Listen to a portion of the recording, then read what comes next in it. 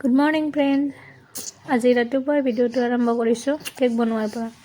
আৰু ৰাতিপুৱা নহয় অৱশ্যে দুপৰীয়াই হ'ল, 11টামান বাজিল। আজি আছে মোৰ 2টা কেকৰ অৰ্ডাৰ, মানে অলপ ভাত চাত খাই উঠাৰ পাছত আহিলে অৰ্ডাৰ।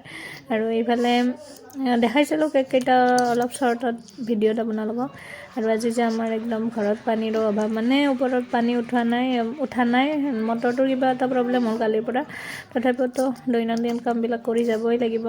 অলপ মানে কেক চেক নাথাকিলে বাৰু কথা নাছিল, কিন্তু কেকৰ অৰ্ডাৰ আজি 2টা আহিলে, এইকেইদিন নাই।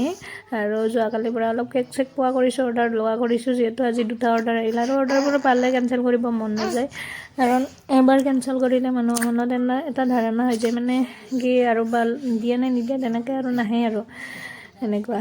তাৰপাছত এইফালে মোৰ ভণ্টি আছে, যিহেতু তাই পানী আনি এনেকৈ বাচন ধুইছে।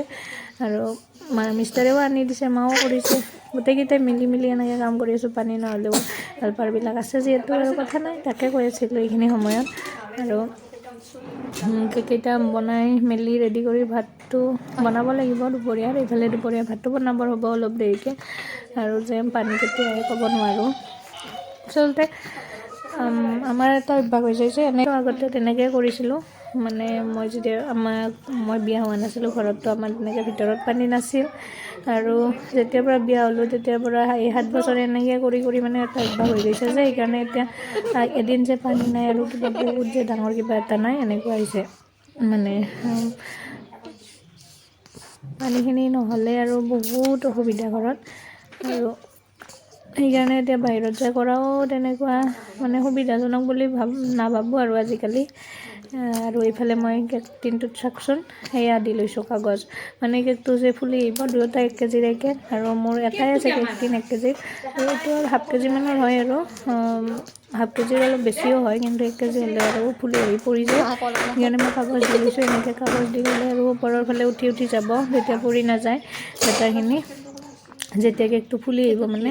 আৰু সেইফালে 2টা চচপেনত বহাই দিছোঁ। এইফালে অভেনো বেয়া হৈ আছে, কৈছোঁ আগতে অভেনটো যে কোনদিনা ভাল হ'ব আৰু ক'ব নোৱাৰোঁ, মানে অভেনটো এনেকৈ বাইকত চাইকত নিবলৈ দিগদাৰ যে সেইকাৰণে। সেইফালে মই বেবীৰ ওচৰত আহিলোঁ, সিও যে বহুত টাইম মানে তেনেকৈ আছে। তাক এতিয়া মই গা পা ধুৱাই দিওঁ, আৰু গা পা ধুৱাই দিলোঁ, দি এতিয়া মই কাপোৰ পিন্ধাই আছোঁ। সি কিন্তু গা ধুই বহুত ভাল পায়, ঠাণ্ডা যদিও। গা ধোৱাৰ পাছত সি পানীৰ পৰা উঠাই আনিলে অলপ কান্দে, আৰু তাক ধুৱাই চুৱাই দিয়াৰ পাছত সি অলপ টোপনি যাব, তেতিয়া মই আইচিং কৰিবলৈ সুবিধা হ'ব। আৰু যে বেবী চেবি থাকিলে কামবোৰ কেনেকৈ দৌৰা দৌৰি হয় কৰিবলৈ, সেইটো বাৰু মানে বেবী থকাবোৰে জানে। আৰু তাক মই গা চা ধুৱাই উঠি সদায় চুলিখিনি এনেকৈ আঁচুৰি দিওঁ, মানে তেতিয়া অলপ আৰু ভাল লাগে আৰু চুলিখিনি চুচিলে। আমাৰো যিহেতু চুলিখিনি নুচুচিলে একদম কিবা লাগি থাকে, তাকো সেইকাৰণে মই এনেকৈ চুচি দিওঁ। আৰু তেতিয়া মানে সিহঁতৰ ছালবোৰ উঠি থাকে যে, তেনেকৈ চুচি দিলে আৰু ছালবোৰ উঠি যায়।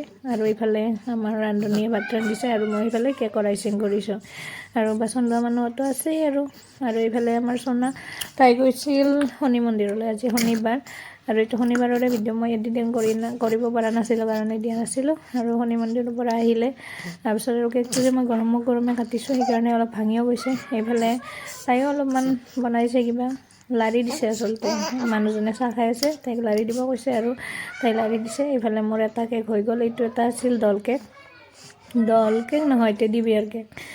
টেডি বিয়াৰ 2টা ওপৰত বহাই দিব লাগিব, ক্ৰীমেৰেই বনাম। আৰু এনেকৈ বনাইছোঁ। আৰু